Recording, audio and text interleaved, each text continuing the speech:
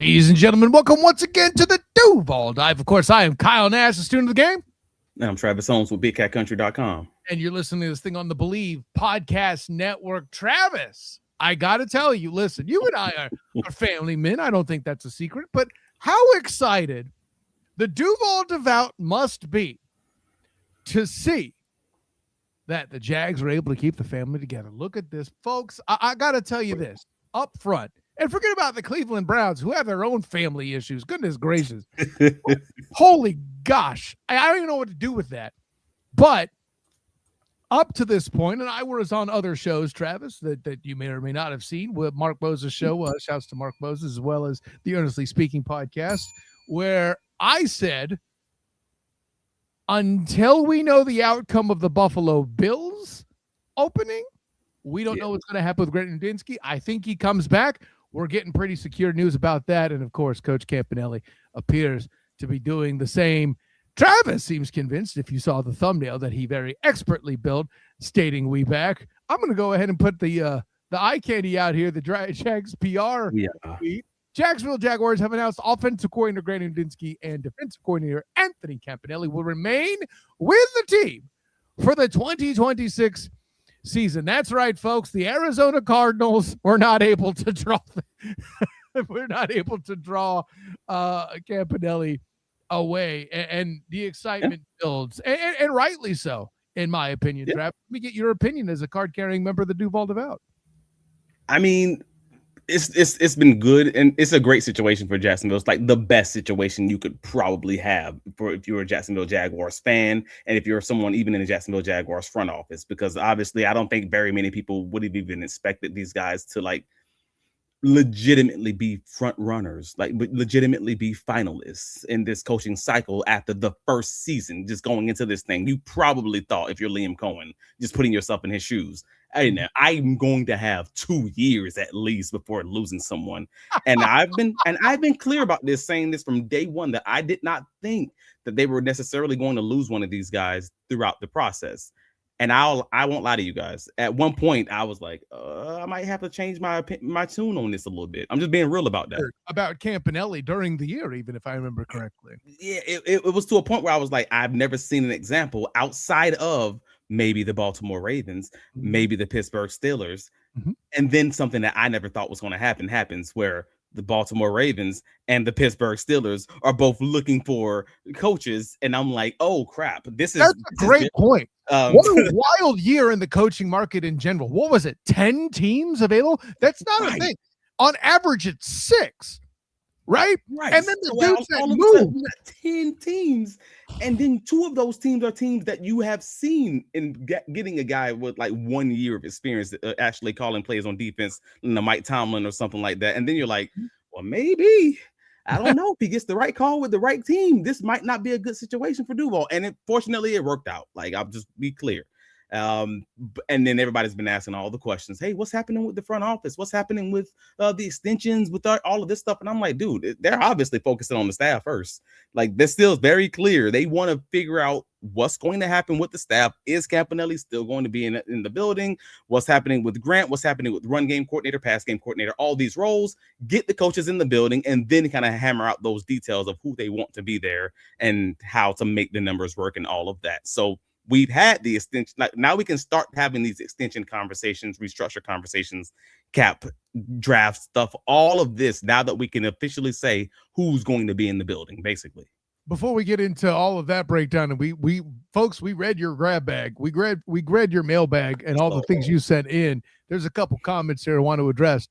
John G in the comments, we running it back, party at the Pineapple. I have no idea what that means, and I don't want to find out. But here's what I responded, and I'm gonna say it was me, of the pair of us at the Duval Dive. That running it back feels way different than hearing that when it was under Dougie P after the loss to the Kansas City Chiefs. Like, your level of excitement is completely different compared to when they were deciding to run it back after that. Right. But at one level, when you're running it back with the old Jaguars, you felt like you were running it back while holding on, if that makes sense. Like, you felt like you were trying to get something back that you had lost. In this situation, this is running it back. but you believe that this is going to be different than it was. Like we haven't even gotten into the meat and potatoes conversations, talking about potentially losing guys like a Devin Lloyd, maybe even potentially losing a guy like Travis Etienne, because we will talk about that in different podcasts. Because again, you guys asked, so we will talk about it. It's coming. But to say, like, we're not even talking about running it back. We're talking about creating something new and being fans of whatever that looks like this upcoming season. And it may not look like it looked last year. That's a great point, Travis. How much have we talked about this being a more than 1 year rebuild? Now, granted, Liam Cohen and company took it to the playoffs in a game where we felt like they should have won. That wasn't, we did not have that on the docket. You and I did not, at least. I'll put it that way. You had them making the playoffs potentially. You didn't necessarily have them feeling like they should have won the game in your mind in August. I mean, if you did, won the game, been dominant in the win, been in the Super Bowl. Like all the things that I never thought I would have said in this preseason that I would have called myself a homer for saying, I can objectively say right now based on the film and not feel like I'm out here smoking some drugs or whatever, doing whatever the vice of your choice, basically. Yeah, HR did not place that call, but they could have. You're not wrong, Travis. And Ray is echoing your sentiment. Wild to think after 1 year, other teams wanted to pick off our coordinators. And here's the thing, Travis, and I'm going to say this quickly because you did a great job over the weekend with your 10-minute drop talking about the excitement that should be for Duval and all the coaching staff and the genius of finding these coaches. However, I would check one thing as the non-fan in the room. You do realize Ben Johnson and Aaron Glenn were already off the market, right? Like Liam Cohen was the de facto next best thing. And Tony Pacelli he said, hey, Shad, before you bleep this one up too, get Balky the bleep out of here. Again, he didn't get interviewed by anybody else. And that's still the point.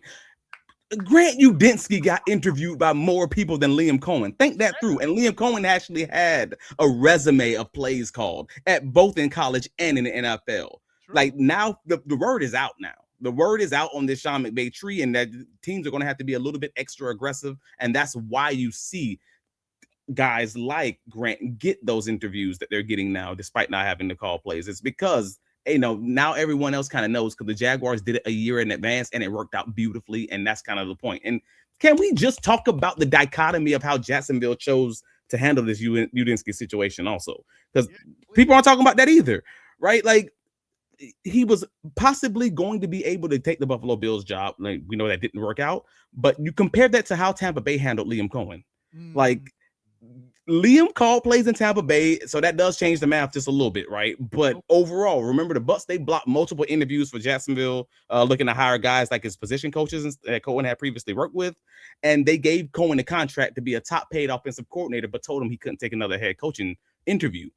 Meanwhile, Jacksonville on the other side of that coin, now Liam, knowing been in that situation personally, allowed Udinski to say, "I'm going to come back as an offensive coordinator, but also still be able to take this Buffalo Bills interview. And if you get it, that's the only way that I'm not coming back." And they were okay with it. They were basically saying, "Hey, man, we support you moving up.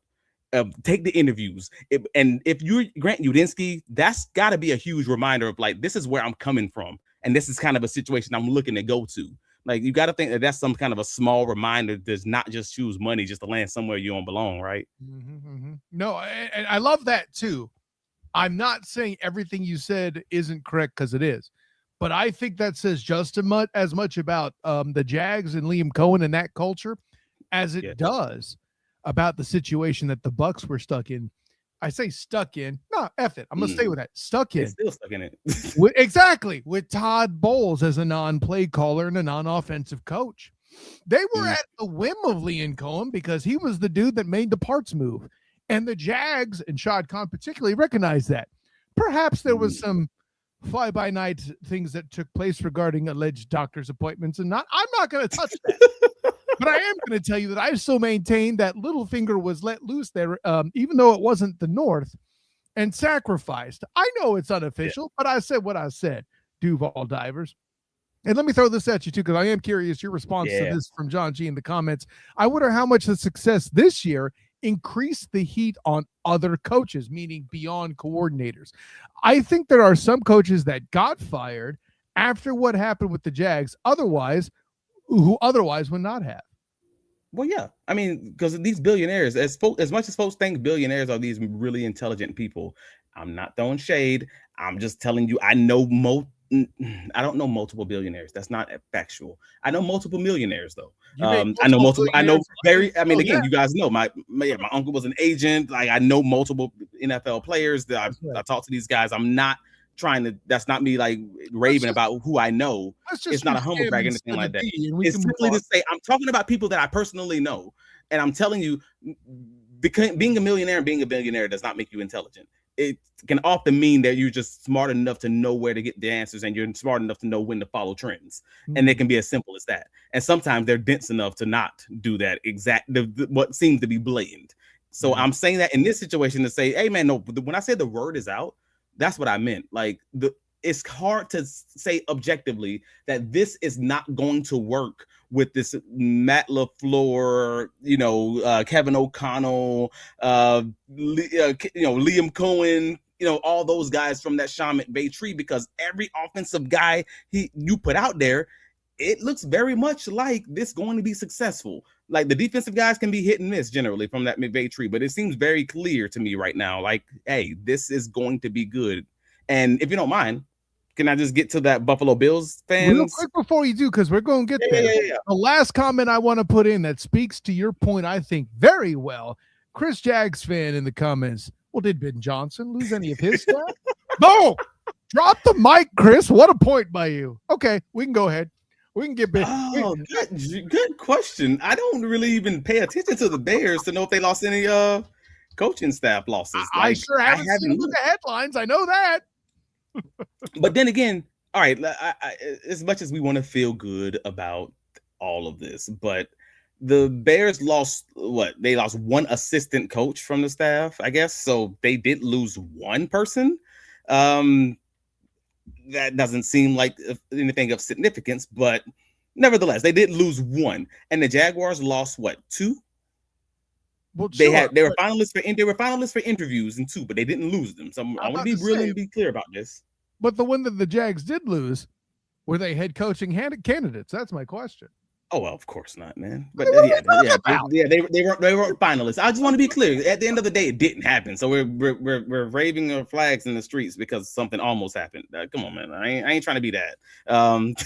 But speaking of things that almost happened, right? Like I think that's what you're trying to get to. Yeah, here we go. What would have been your thought, Duval Devout, if Greg Udinski had become the Bills head coach? Trevor, despite the fact that it didn't happen, I thought it was an intriguing conversation because I viewed Udinski similar to the Zach Taylor hire in Chicago, right? Like that was obviously way different because Press Taylor's brother he only had the 1 year experience calling plays at Cincinnati in college. Right. And that was a few years before he was hired. So he was a local boy. They knew who he was locally in Cincinnati. And then he also had the experience calling plays for the Miami Dolphins. He was an interim offensive coordinator, right? So he had at least some proof of concept in that way. Whether or not it was a long proof of concept, it was something calling plays. Udinski didn't necessarily have that. And that's why I was saying earlier that the word is out. It's kind of one of those situations where everyone at this point, if you were associated with Sean McVay, if you were his errand boy, if you brought his socks on Sundays, like whatever it was, if you have an association on that offensive side of the ball, folks are going to give you an interview because the proof is in the pudding. Like again, Matt LaFleur, Mike LaFleur, Liam Cohen, Kevin O'Connell, I mean, even Zach Taylor, all these guys had that much experience. And again, I use Zach Taylor as the example because he was, at the time he was hired, he was the second youngest coach, head coach in the NFL behind only Sean McVay. So that's literally the blueprint. And all of these other guys are super young, and they allow you to have a young guy who might be your head coach for 20, 30 years. And calling plays on offense, that's the hardest thing to find. So you have to take a chance on those guys, and someone should take a chance on Udinski eventually because that entire tree just bears fruit. It's very clear, bro. Yeah, and here's the thing in particular that I would also point out, and you could call me throwing shade at Zach Taylor, but the evidence does it, not necessarily me. And let me tell you what I mean by that. I've heard the statement made that the worst coach in the AFC North was the only one who kept his job this past offseason. And it's hard for me to refute that. Now, why am I throwing shade at Zach Taylor? I've talked to the man, granted at distance because it was, still post-pandemic in LA at the Super Bowl, where he would eventually go on to get beaten by the St. Louis Rams and John Matthew Stafford. But in mentioning that, a guy of Zach Taylor's ilk is at least good enough to propel one Joey Burr to the promised land. He raises the floor. You got it. Now, I'm not here to say that Grant Udinski requires such a crutch to be a good head coach. Damn it, Josh, having Josh Allen calling plays for the first time doesn't bleeping hurt. That had to have been at least remotely appealing. What I'm going to say here, and I'm pretty sure you agree with me, the press conferences of late after the firing of one Sean McDermott might have helped to convince Grant Udinski to stay right here in Jacksonville. I'm going to throw that out. Yeah, that probably don't help. Having crazy owners again. You see what Liam Cohen, you see what Sean McVay, you see what Kevin O'Connell, you see what all these guys do with cohesion in the front office and the leadership group, and then you're like, that's not what they have over here in Cleveland. That's not what they have over here in Buffalo. I'm gonna take my ass home. Like that's basically, I'm gonna take my ball and go home. Like that feels like a very easy statement. And he didn't even take Tennessee's call, right?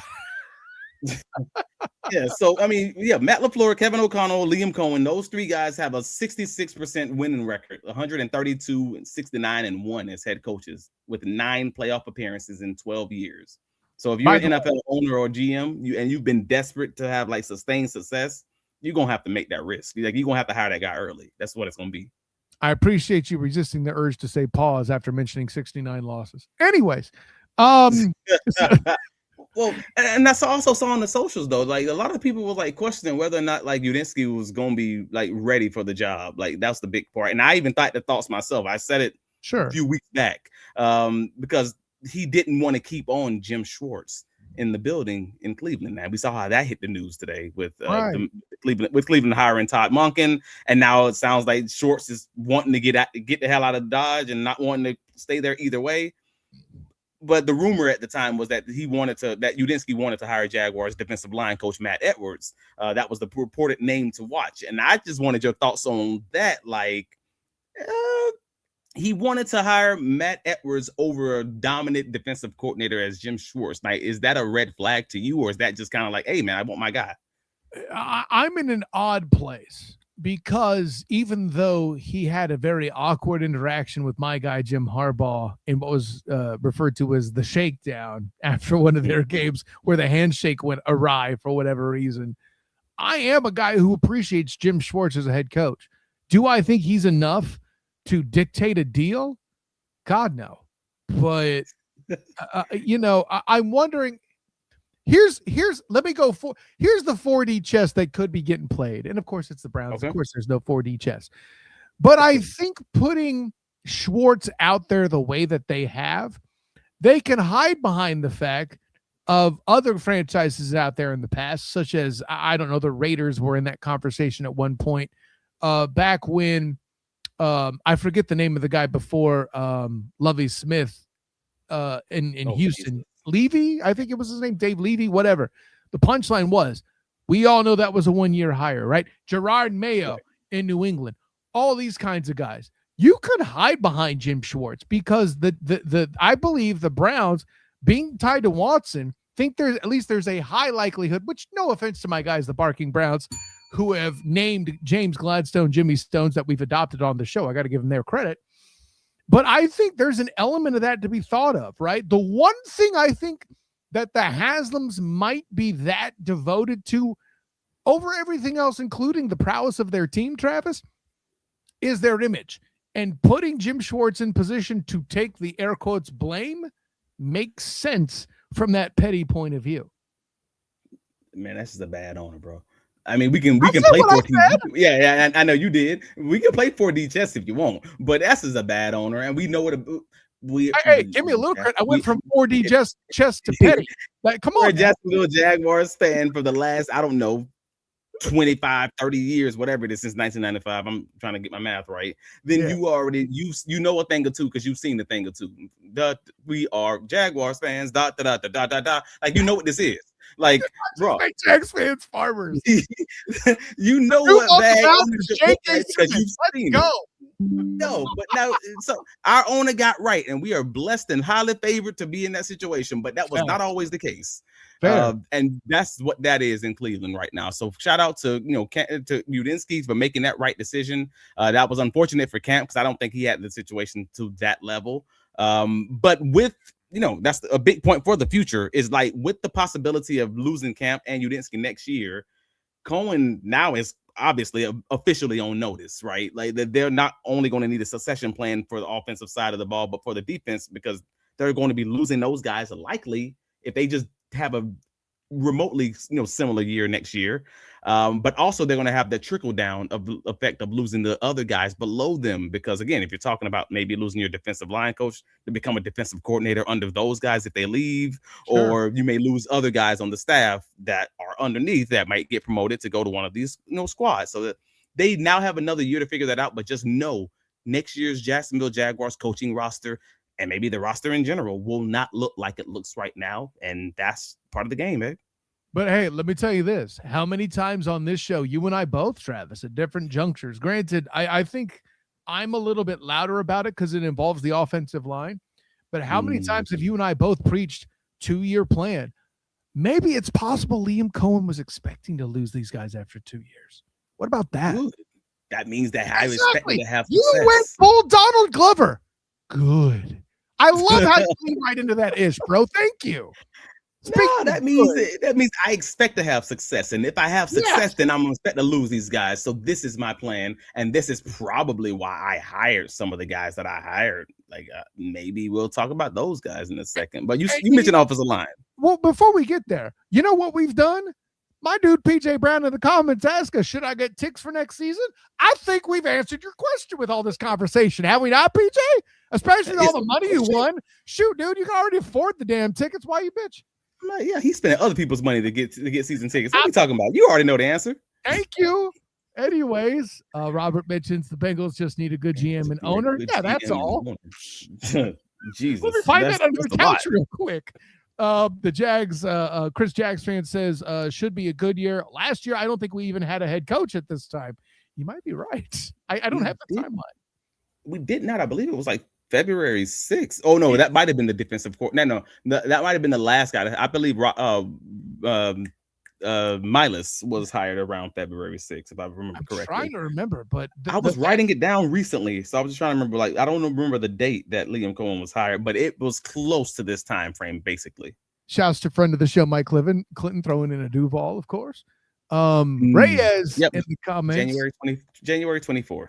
There you go. When the Jaguars agreed to terms last year. Reyes in the comments, does GU ask for more responsibility this year, like calling some plays? We addressed this. Still have PTSD from giving press the play calling. Bro, listen. He'll be involved. I'm going to boldly say I don't think Grant is calling plays yet. Maybe he will. I will boldly say that we would never know if he did. Facts.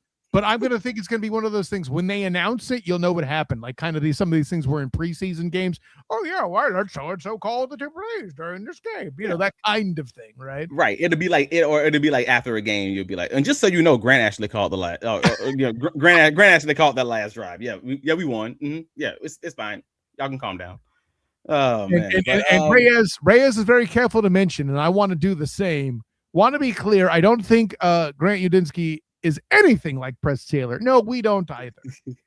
No, we don't. No, we don't know. Everything we don't know. Like everyone raves about him. Everyone has even remotely been in association with Grant Udinski raves about just how much he is like in the lab, akin to Liam Cohen, akin to those Ben Johnson types, akin to maybe even those Mike McDaniel types. I'm not saying he's Mike McDaniel. I'm just saying one of those guys who was truly an offensive genius or a guru, that breed of guy. That's how they always refer to him. So I got to believe that that's who he is. And, he just hasn't had the opportunity yet. And real quick, Liam says something I think that's important for the Duval Devout to acknowledge. No more clown emoji. Huge point. Yeah, man. Yeah, we are not the Cleveland. So congratulations, Duval, that you are not that. But I mean, you mentioned you mentioned the O-line. And I thought this was a great grab bag question from Shoe at Swamp. I think it was Swamp Soup. Saying that we struggled on third and second, and we struggled to run on third and short and throwing the ball deep in 2025. Is this a screaming sign to upgrade right guard or elsewhere on the O-line? Picturing Gray Zabel last year to the Seahawks, etc. First of all, Swamp, let me tell you, or Shoe, whatever we want to go by. First of all, I would remind the Duval Devout and you Duval divers out there who was calling for Gray Zabel hard in all the mock drafts.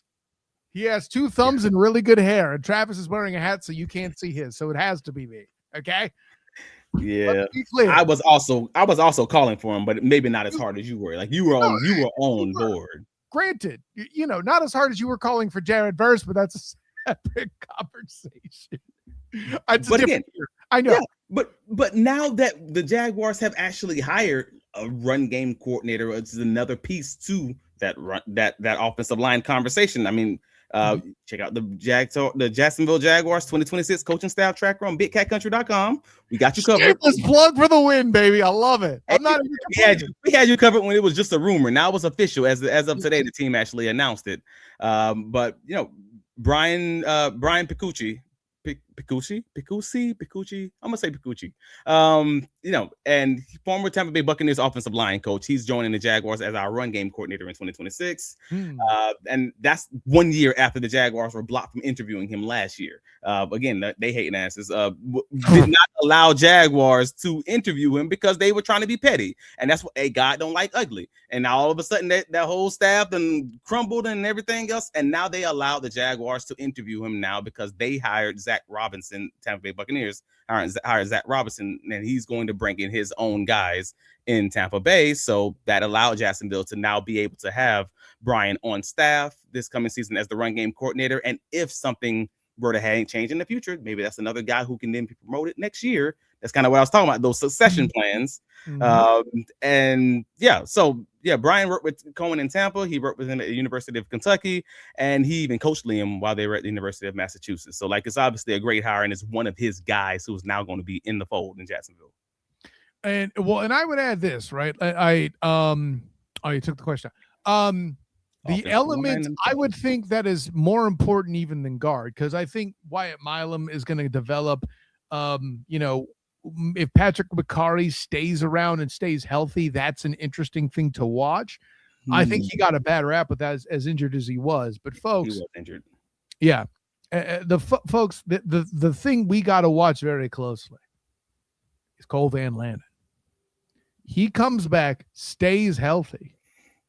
We already know he's capable of taking Walker Little out of a job. That left tackle spot, to me, I'm not going to call it in flux, but you're going to tell me a top-level guy falls to the Jags outside of the first round, they're not going to take a shot at left tackle?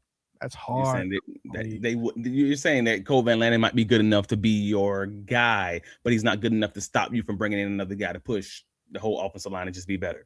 It's not even just that, though. Let me remind you of something else that you were reminding me of constantly, Travis D. Holmes, personal champion. This group loves creating competition. You think Cole Van Lanen is good enough to be a de facto starter? Bull bleep. They're going to bring in somebody to challenge him if they can. If they have a guy who's able to tackle and guard, and you can put him in at guard early on just to get him acclimated to the conversation, the communication across the O-line, and then he eventually pushes out to being your left tackle as you see whatever you have, best five on the field, and then do the same thing that they did last year that folks got pissed off the whole offseason about. And y'all forgot that happened. I ain't gonna let y'all forget. No, y'all was wild in these streets. Everybody was mad because they allowed these guys to play all 4 positions, 5 positions, whatever it is. And now folks are happy about it. I'm just throwing it out. They may do the same thing again next year, and you might need to be okay with that. Just walking into the conversation knowing that could happen. We just want the best 5. Let's give the Duval Devout a little credit. Maybe they've achieved enough cred with this fan base that they're okay with them doing that, Travis. they'll be fine with them doing all the things and just being like, "Hey, man, we trust them. We'll see what happens." And there you go. There you go. Now, you think fans are that rational? I don't know. Here's what I'm going to say. They're going to say what they say. It'll just be less loud this time, potentially. I won't rule anything out. I'll put it that way. Fans are fans. But I would love a mid-round guy. Like, and there's a lot of mid-round guys being talked about. Like the recent one from the Senior Bowl is Caden other than Cole Van Lannon. Okay, cool. Well, I'm talking about like at guard, like if he because Shaw specifically mentioned someone like a Graves Abel, someone like at right guard. Then I'm looking at like the Senior Bowl. That's the talk right now is Caden Barnett, the Wyoming guard. Because his big thing was that he has the size, he has the length, he just hadn't had the experience against like top, like he has the traits. He just had minimal opportunities against the top competition. So like a guy like that, if you can get him in the middle rounds where the Jacksonville Jaguars have multiple picks, then you're kind of talking a good day 3 road grader. I'm gonna be okay with that if you can establish this run game and kind of get this thing moving in that way. Yeah, I'm not going to put it in. And you're going a lot to the run game, and I think that's really what the guard position is more important, in my opinion. Yeah. And the reason why, and for those out there who notice, I hear you, whether you actually say it or not there, Duval Divers, but why is Kyle shying from the guard spot? I really don't think we have enough data yet, personally, right? Because we're depending on development with the other guys. We're depending on development between Wyatt Milam and maybe even Jonah Monheim and correct. Whatever with those guys. And the guy who was supposed to be the guy was hurt for most of the time. Much of the season, even early in the season. Yeah, correct. He was hurt. So we don't know what Patrick McCarry truly looks like. Just, purely healthy Patrick McCarry. But I'll add to your point in that same place. If there's a mid-round guy that this group likes that can challenge, act like they don't draft him. Come on, folks. Raise that floor, and let them fight Learn it out. Something from what you've seen. Use your bleeding eyes, Duval. Come on, that's all I'm saying. That's what it is. It's Joker. It's Joker from the Dark Knight in the room with a knife, telling y'all, "Hey man, I got a spot open on my roster. Y'all can fight it out and figure it out." Like that's it. What a drop. Dark Knight. Let's go. Dark Knight. The Dark Knight. That's the movie. Anyways, no, and we had another question I thought was a dope one, like from Rocket on, and I believe this was Discord. On X. Is it? But X? It could have been Discord. It could have been Discord. Honestly, I'm not 100% sure. Asking what can we expect as far as any changes to the staff, which I thought was just interesting because it's happened right before the recent announcements. Seems likely the coordinators might be back for 2026. You are correct, Rocket. They are. But seems like they've been making changes to the smaller role coaching staff jobs, like any more changes you could expect to see. And that's fun because like you still have the guys like we talked about all the different Tampa connections like with Pakushi, but you gotta believe that the former Buccaneers offensive coordinator Josh Grizzard, if he wanted a job with the Jaguars or if he didn't get one of those offensive coordinator jobs, because I believe he was only associated so far with the interview with the Eagles, he would absolutely have a role in Jacksonville in some form or fashion. He spent 4 years Oh gosh. He says he's a Broncos fan. I would invite you, Jarchako, to hang out a bit. We have a question specifically designed for you. I'll tell you that. Yes. Later on tonight. But hang in there, and thank you for coming in. We will take fans of a different fan base. Hell, we had Bills fans taunting us at one point. It's all good. We had fun with it. Jerks. Yeah. No. But no. So Josh Grizzard, like I know he's the former offensive coordinator for the Bucs, and obviously, the Jaguars now already have a run game coordinator. They already have a pass game coordinator on defense, and they already have Shane Waldron as the passing game coordinator. But like I said earlier, succession plans. There is no limitation on how many offensive roles and sub specialists you can have in coaching. And there's no salary cap on coaches. If you have a guy you want to have in the room for diversity of thought, you make a role for him. Like, what is it? Jed Fish under Sean McVay Jed Fish under Bill Belichick, actually, I believe that's what it was co-offensive coordinator or something like that. It was like it was some weird. It's a weird role that I didn't even know existed. Like they made it. It was obvious that they made it up. And I was just like, Lord, you can do whatever you want to do if you want a guy on staff. You just simply need to make a role and just say, all right, cool. He's going to be your passing game coordinator, or he's going to be your pass game specialist, or he's going to be your pass game assistant. These are actually technically different roles. Whatever. Right. They're all different roles. I just need this guy with diversity of thought in the room, and hopefully he can make the role easier for everyone else on the staff. And I believe that if he doesn't get one of those offensive coordinator roles for one of these other teams, I think someone like Grizzard is going to be in Jacksonville in some shape, form, or fashion if he doesn't follow Frank Smith, who could also get the Eagles offensive coordinator job. That's the only difference. That's the one key difference. Yeah, no, I think there's a lot of there. You have a lot more insight on that portion of it. I think you touched on it, a lot of it already. I'm going to go to a place that when this dude drops a bomb, I feel compelled to let him know because we're frenemies. My dude, Timmy Devil, came in with something big. No one on the O-line is so highly paid that they can't be replaced. However, I need 4, I think that's defensive linemen. Yeah, okay. We can't go into another season with Dickerson and Johnson and Smith. Smith looks like he's gone. Mason is gone because he needs to be at this point, is what I would say, according to the staff or the tea leaves I read. I'm not saying he's a bad player. I just don't know if he's a fit. I'm gonna say that. Well, the floor is at minimum set. Like to his point, like he says, he doesn't need as much Dickerson and I forget the other name he named. But Johnson, Dickerson and Johnson. But that at minimum, your floor is set. So whether you bring in one, free agent defensive tackle, which is where I believe the Jaguars would end up going. I mean, we will get into the details of that, but again, I think their big fish or their big signing would be in free agency at defensive tackle. And then I still don't think that they'd necessarily be done because they can still draft a guy at defensive tackle, whether that's a run stopper or a guy who can shoot the gaps on the 3 technique. We'll see. But I do believe the Jaguars could realistically bring in just 2 guys between free agency and the draft. And then you start talking additional undrafted free agent guys, because again, we weren't thinking about Matt Dickerson in the offseason. We weren't like, so the fact is you can still find those other late guys in the draft or those other, undrafted free agent guys to continue raising that floor. And it'll still be better than it was in 2024. And you'd be happy if you have a free agent guy also there. And then your depth is solid. Like, I think it's a solid overall plan. And I love the point you're making here, too. You see those guys out there. You assume that those coaches love putting them out there. Let me introduce a concept to you. Maybe they're the best that they had at the time. So with the opportunity to upgrade, I don't have to finish that sentence. You know where I'm going. So when the opportunity is there to upgrade, man, F them picks. You know it. That's it.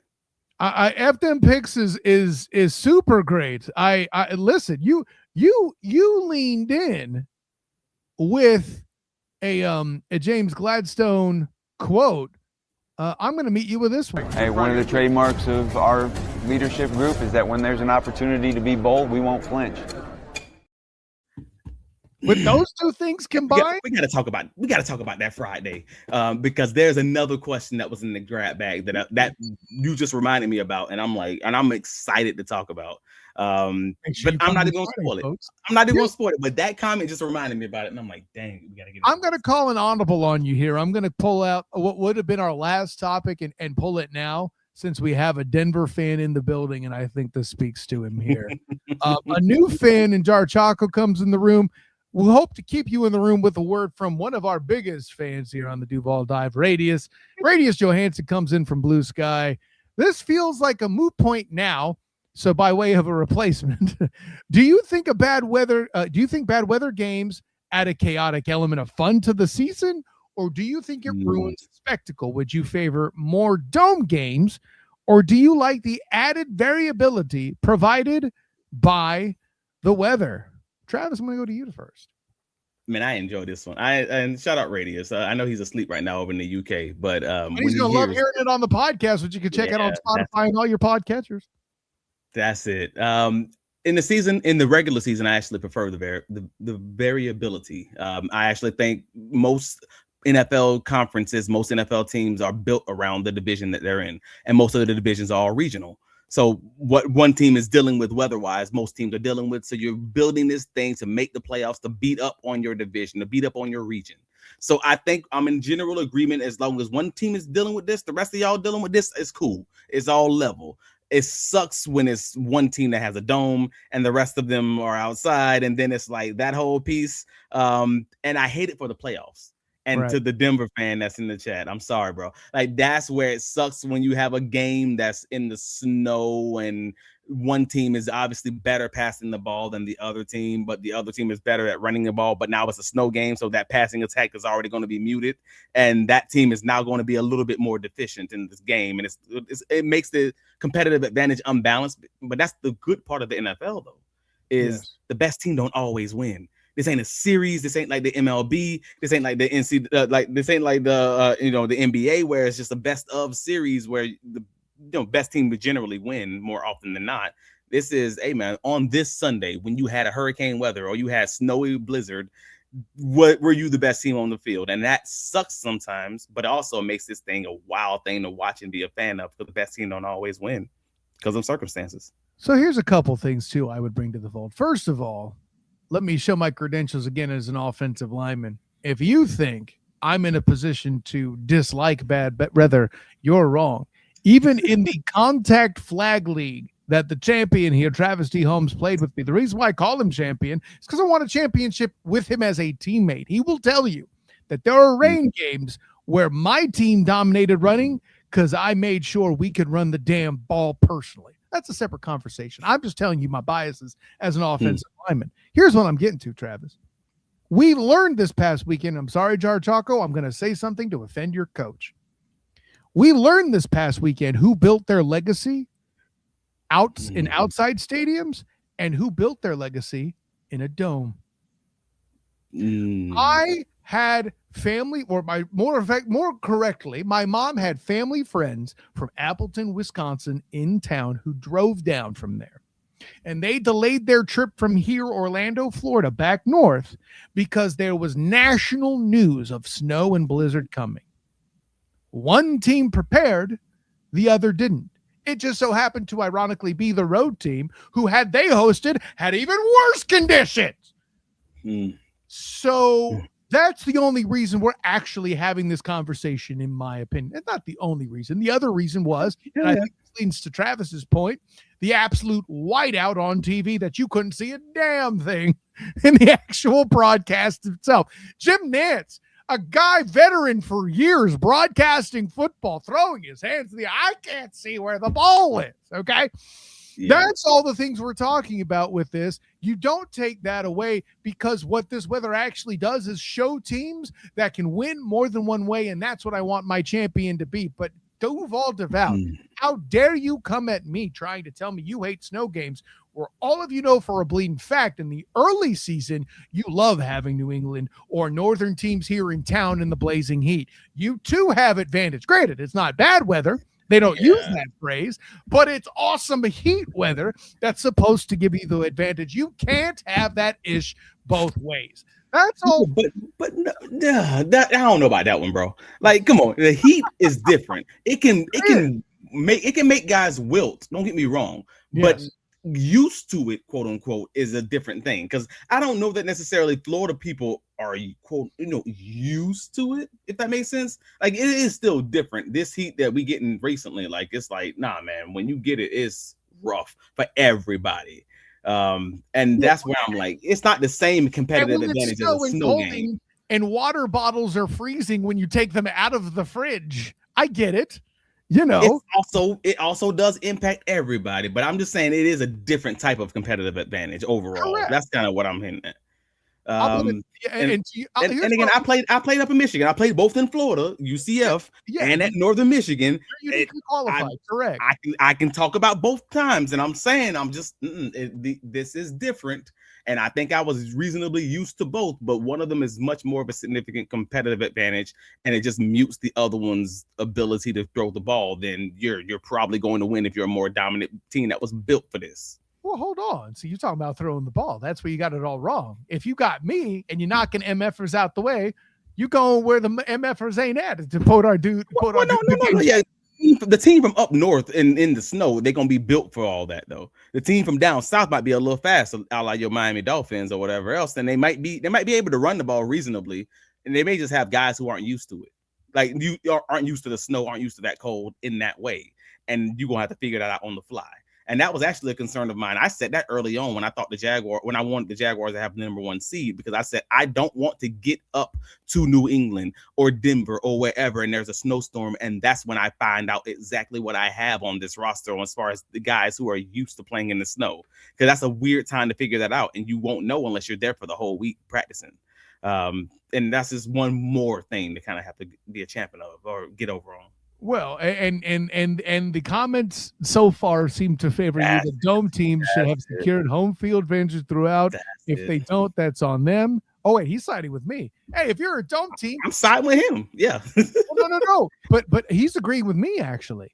If you're a dome team, earn the home field advantage so you ain't got to worry about it. We ain't disagreeing, but but they ask, I'm actually in agreement with you from a philosophical point of view. But all I'm saying is, at the end of the day, what I prefer the purest form of football for me to see who's the best team in the way that you built yourself versus the way that they built themselves on a neutral field with neutral weather. Which team is the best? I would prefer the best team to win every game. I know that's not how it works, and I think that's why this game is so fascinating. But I'm only saying, if someone asks me, that's what I prefer to see. And the use of the term best is questioning, because you say best, meaning they're at their peak, they're at their highest, they're doing what they do best. Most consistent. I implied teams that can win multiple ways are the best, which weather forces you to do. This is what makes that interesting. Milk. We'll go with that. I don't. There's no wrong answer, is what we're saying. Then Timmy Devil comes out here with a milk toast, boring take. All teams should have a dome.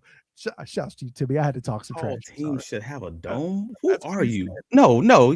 Timmy Devils has some great takes on occasion, and he has some terrible ones. All teams should have a dome. No. If all teams have a dome, this is crazy. This is not basketball. Wow. I didn't take it that far, Timmy. Damn. Okay. Anyway, let's get this last order of business out here. And I know a lot of people have been talking about it. Heck, I even mentioned it. And to be honest, my personal champion leading up to the start of the show educated me even a little bit. But we'll get right to it. Aaron Murov here on Twitter. The AC's Pro Bowl QBs were Drake May, Josh Allen, and Justin Herbert. May is going to the Super Bowl. The other two are banged up. We'll see if they stay. But Bo Nix got injured. Patrick Lavon Mahomes II got injured. Danny Dimes got injured, which I don't know how he's being considered, but cool. That's how it trickles down to Shedeur Sanders. Now, for the Pro Bowl. For the Pro Bowl, correct. Thank you for that addition. Now, I know I've asked the question out loud. Respect ain't coming. I made it a statement, but it's a question. Praise in the form of Liam Cohen saying, when's the respect coming? Respect ain't coming. But then Travis provided this graphic showing us the quarterbacks available versus not. Right. And it's a fascinating thing. For those in the audio world, we mentioned Josh Allen, Patrick Mahomes II, Bo Nix, Justin Herbert, also recovering in his own way from injury. Indiana Jones the same. Cam Ward was injured in his final game. Drake May, much to the chagrin of any actual football fan, is in the Super Bowl, which makes no bleeding sense to me. Anyways, here's the part I didn't know. Lamar Demetrius Jackson declined. CJ Stroud considered, really, but declined. Joe Burrow is still recovering from injury, and Aaron Rodgers is too old, I guess. I don't know.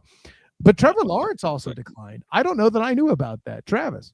Well, yeah, a few people actually confirmed that Trevor Lawrence declined, and I thought it was weird that a while that everyone was still kind of raving about it on the socials. Like, Shedeur Sanders got picked over Trevor Lawrence? No, of course he didn't.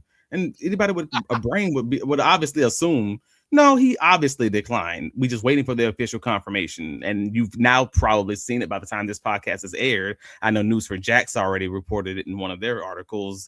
Jamal St. Cyr, by the way. Jamal St. Cyr and co. Like, they already reported it. Like, but I talked to multiple guys the day of, and I'm like, this don't sound right. Can you confirm this for me? And I'm like, no, he declined because don't freak out when you hear news too much, folks. Just isn't he expecting another baby? I mean, that's as good as excuse as any, in my opinion. Oh, is he? Maybe I missed that news. if that's happening, then dope. Okay, man, get your business in. I understand it.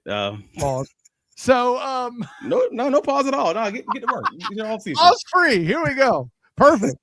So wow, we went from coaching to weather to pause. That's a great way to put it, man. Listen, that's fine. Listen, so I didn't see any other crazy questions. Again, I got a few questions in my head already from this mailbag because you guys continue destroying us. We have folders of questions. I've never enjoyed being destroyed so much in my life. No pause. Don't do it, Travis. No, that's pause. That's absolutely pause. Jesus. Yes. Travis will not let me slide. It's so many questions, and we are going to get to them this off season. We're going to get to a lot of them on Friday's podcast. Maybe we'll get something for you guys on this upcoming Monday as we enter this off season. It's all about what you guys want to talk about. So continue hitting us up on the Duval Dive on YouTube. Continue hitting us up on TikTok on the Duval Dive or Duval Dive on X. Travis D. Holmes on Twitter, on Blue Sky, in IG, whatever, man. Get the questions to us, Discord, Reddit, all the places, and we will get them on the podcast as long as they are reasonable and like, don't be wild in these streets. I mean, you can be a little wild because we are, but yeah, don't be too wild. Still a family-oriented show. You know how I get down. But Travis D. Holmes on all the socials. Even though we say pause, it's still a family show. That's right. Yeah, Travis D. Holmes on all the socials. Find my writing on bigcatcountry.com covering the Jaguars. We have all your updates on the coaching search. We have all our updates on any additional additions, maybe some additional position coaches. Maybe they'll have a co-offensive coordinator or a co-passing game coordinator or an assistant to the head coach or whatever made-up position they can get great talent on the coaching staff. We will have you covered at bigcatcountry.com. And in the meantime, keep commenting on the stream. Please like if you're listening to the sound of my voice. This stream or rate and review us. Travis, I have to bring this up. We are so close to 1,000 subs, folks. Get us over the line. This close. Yes, Lord. Yes. So please click that subscribe button if you're listening to us. We know about 65% of you listening to this podcast have clicked that subscribe button. And if you haven't, we understand life comes at you fast, bro. But help us out. This is off season. We're here for you. We're here to talk with you, and not unlike every other podcast. We're not talking at you. We are talking with you. You see how many responses we responded to. You see how much we talk in the even Broncos fans got dab on this pod, for goodness sake, Travis. That's what it is. I'm being very clear about this. We are not talking at you. We are talking with you. So talk back and keep this conversation going in this off season, and we're going to continue discussing this Jacksonville Jaguars team and how to make this thing incredible. It's already great. Now we can try to see how we can make it the greatest and, win a few more games in the playoffs. But let them know where you can be found, sir. It's funny how our goals unite with Liam Cohen's. I appreciate that, Travis. Of course, I'm Kyle Nass, the student of the game. You can find me on Twitter, Instagram, Threads, and Blue Sky at the SOTG. Find me on Facebook as the student of the game. Check out my writings with the Black and Gold Banneret and the Night Shift podcast covering the UCF Knights here, football and basketball, as well as my work covering the Orlando Magic. I ran into actually 1010XL's RJ Saunders this past weekend, checking that out. So there you go. Check out the Open Gym podcast, by the way, if you happen to be a Magic fan. Get some crossover when you're not listening to Travis D. Holmes appear on Hacker's show there after dark. That's a fun time all the way around. So for all you Duval divers dropping divivers, I mixed up divine and divers. That's pretty nice. Anyways, for all you in the comments dropping absolute dimes, more so than Indiana Jones, thank you for that. For my personal champion, Travis D. Holmes, is Kyle Nash, student game. Until next time, everyone, class dismissed.